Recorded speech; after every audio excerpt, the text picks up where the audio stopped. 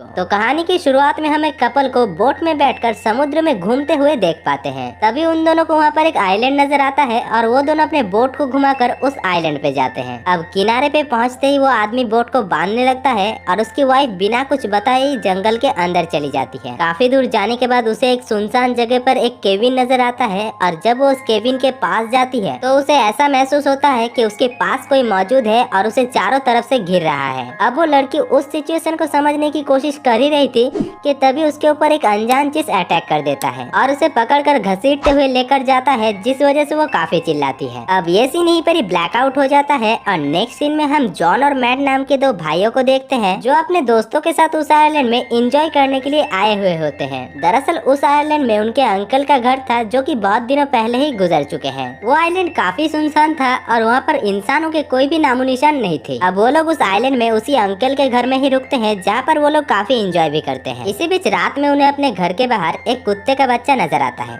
जिसको सारा अपने पास रख लेती है। इसके बाद रात में उन्हीं की एक दोस्त जिसका नाम नोवा होता है वो जब किचन में जाती है तब वो डॉग उसके पीछे पीछे किचन में पहुंच जाती है। नोवा कहता है कि उसे कुत्ते से ज्यादा कैट पसंद है, जिसको सुनकर वो कुत्ता उसके ऊपर भौंकने लगता है। इसके बाद वो कुत्ता उस घर से निकलकर बाहर चला जाता है, लेकिन सारा को उस कुत्ते की काफी फिक्र हो रही थी, जिस वजह से सारा उस कुत्ते को ढूंढने लगती है और काफी देर ढूंढने के बाद उसे वो कुत्ता मिल भी जाती है। लेकिन जब वो उस कुत्ते को पकड़ने के लिए जाती है तभी वहाँ पर एक बड़ा कुत्ता पहुँच जाता है और वो सारा के पैर को काट लेता है। पर जॉन किसी तरीके से सारा को उस कुत्ते से बचाता है और वो दोनों वापस कैबिन में चले जाते हैं। अब सभी लोग इस हादसे को ज्यादा सीरियस में नहीं लेते और नॉर्मल समझकर टाल देते हैं। लेकिन अगले ही दिन जब वो लोग अपने एयरक्राफ्ट की तरफ जाते हैं तभी उनकी मुलाकात उसी आदमी से होता है जिसको हमने मूवी के स्टार्टिंग में देखा था। वो आदमी उन लोगों को जितनी जल्दी हो सके इस जगह से भागने के लिए कहता है और तभी हम देखते हैं कि एक कुत्ता उस आदमी के ऊपर अटैक कर देता है और वो कुत्ता उन लोगों के सामने ही उस आदमी को बहुत ही बुरी तरीके से खा जाता है। अब ये सीन देखकर वहाँ पर मौजूद सारे लोग डर जाते हैं और अपने केबिन की तरफ भागने लगते हैं। पर तब तक बहुत देर हो चुकी थी क्योंकि अचानक वहाँ पर बहुत सारे शिकारी कुत्ते पहुँच चुके थे और वो सारे कुत्ते मिलकर उन लोगों के पीछा करने लगते हैं। अब वो लोग किसी तरीके से वहाँ से भागकर केबिन तक पहुँच ही चुके थे कि तभी एक कुत्ता निकी के पैर को काट लेता है और खींचकर निकी को जंगल की तरफ लेकर जाने लगता है। पर तभी वहाँ पर जॉन पहुँच जाता है और वो एक तीर से उस कुत्ते को मारने की कोशिश करता है, लेकिन अनफॉर्चुनेटली उसका निशाना चूक जाता है और वो तीर सीधा जाकर निकी के पैर में घुस जाता है, जिससे निकी को काफी दर्द होता है। इसके बाद वहाँ पर मौजूद सभी लोग मिलकर किसी तरीके से उस कुत्ते को भगाते हैं और निकी को केबिन के अंदर लाकर ट्रीटमेंट करते हैं। ट्रीटमेंट होने के बाद वो लोग खिड़की से बाहर की तरफ देखते हैं जहाँ पर बहुत सारे शिकारी कुत्ते उन लोगों के बाहर निकलने का इंतजार कर रहा था। इसके बाद वो लोग डिसाइड करते हैं कि वो लोग इस जगह को छोड़कर यहाँ से चले जाएंगे। लेकिन जब वो लोग अपने सी प्लेन तक पहुँचते हैं तो वो लोग देखते हैं कि उन कुत्तों ने उनके सी प्लेन की रस्सी को काट दिया था, जिस वजह से वो प्लेन नदी से होकर बह जा रही थी। अब जॉन उस प्लेन को पानी में बहते हुए देखकर उस प्लेन को लेने के लिए पानी में कूद जाती है, लेकिन जब वो उस प्लेन के पास तक पहुंचता है तो वो देखता है कि उस प्लेन के ऊपर ऑलरेडी कुछ कुत्ते बैठे हुए थे। अब वो कुत्ते जॉन को देखकर शिकार करने के लिए पानी में कूद जाते हैं, जिस वजह से जॉन किसी तरीके से तैरकर उस पानी से निकल जाता है और भागकर उस कैबिन में वापस आ जाता है। इधर दूसरी तरफ कुत्ते की काटने की वजह से सारा का बिहेवियर धीरे धीरे बदल रहा होता है, जिसको देखकर वो लोग काफी परेशान हो जाते हैं। तभी इन्हें याद आता है कि उसी आइलैंड में उनके अंकल का एक ट्रेनिंग कंपार्टमेंट है जहाँ पर रेडियो सिग्नल अवेलेबल है, जिसके जरिए वो लोग किसी को मदद के लिए बुला सकते हैं। अब वो लोग उस अपार्टमेंट में जाने के लिए रेडी हो जाते हैं, लेकिन उस अपार्टमेंट में जाने के लिए उन्हें एक कार की जरूरत थी, जिस वजह से वो लोग निकी को पास के ही एक गैरेज में जाने के लिए कहते हैं जहाँ पर एक कार मौजूद थी। अब निकी किसी तरीके से उस गैरेज के अंदर चली जाती है, लेकिन जब वो उस कार को स्टार्ट करती है तो वो कार स्टार्ट ही नहीं होती। तभी वहाँ पर वो शिकारी कुत्ते भी पहुँच जाते हैं, जिस वजह से निकी को कार से उतरकर उस केबिन के अंदर वापस आनी पड़ती है। अब वो लोग सारी तरफ से फंस चुके थे, जिस वजह से वो लोग रात में टेंशन को कम करने के लिए पार्टी करने लगते हैं। लेकिन तभी उस केबिन से लाइट्स चली जाती है, जिस वजह से नोवा जनरेटर ऑन करने के लिए बेसमेंट में जाती है, लेकिन बेसमेंट में ऑलरेडी वो कुत्ते मौजूद थे जो नोवा के आते ही नोवा के ऊपर अटैक करके उसे मार डालता है। इसके बाद वो शिकारी कुत्ते बेसमेंट से होकर केबिन के अंदर चले जाते हैं और वहाँ पर मौजूद सारे लोगों के ऊपर अटैक कर देते हैं। इसके बाद वो लोग किसी तरीके से उन शिकारी कुत्तों से बचकर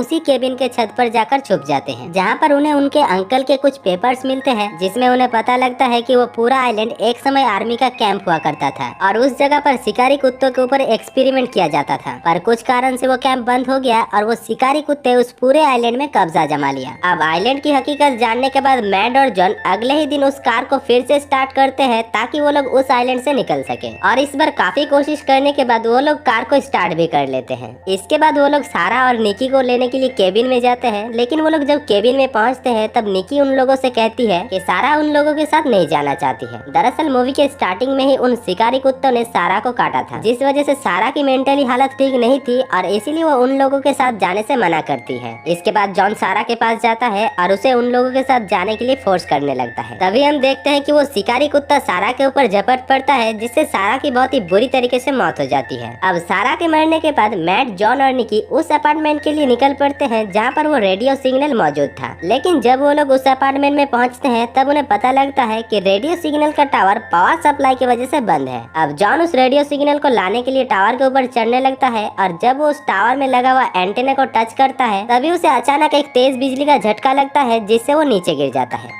और वहाँ पर मौजूद सारे शिकारी कुत्ते उसके ऊपर हमला कर देते हैं। दूसरी तरफ मैट एक बेसबॉल के बैट लेकर वहाँ पर पहुँच जाता है और उस बेसबॉल के बैट से उन कुत्ते के ऊपर हमला कर देता है। वो एक एक करके उन कुत्तों को मारने लगता है और तभी हम देखते हैं कि शॉर्ट सर्किट की वजह से उस रेडियो सिग्नल में आग लग जाता है। अब निकी उस आग का फायदा उठाकर उस रेडियो सिग्नल के अंदर मौजूद सभी कुत्ते को जला देती है। आग की वजह से उस अपार्टमेंट में एक जोर का धमाका होता है, जिससे बाहर मौजूद सभी कुत्ते कुछ टाइम्स के लिए शांत हो जाते हैं। इसी बीच जॉन मैट से कहता है कि उसने समंदर के किनारे एक नाव को देखा था, जिसकी मदद से वो लोग अभी भी इस आइलैंड से निकल सकते हैं। तभी इन लोगों की नजर फिर से उन कुत्तों के ऊपर पड़ता है जो उन लोगों को मारने के लिए फिर से हरकत में आ रहे थे, पर इससे पहले वो कुत्ते उन लोगों के ऊपर अटैक करते निकी तभी एक कार लेकर वहाँ पर पहुँच जाती है और उन दोनों को कार में बैठाकर कार को तेज उस बोट की तरफ भगाने लगती है। इसके बाद वो लोग कार को सीधा जाकर समंदर के अंदर घुसा देते हैं और तैरकर उस बोट के ऊपर चढ़ जाते हैं और फाइनली वो लोग वहाँ से बचकर निकलने में कामयाब भी हो जाते हैं। और दोस्तों, यहीं पर इस मूवी की कहानी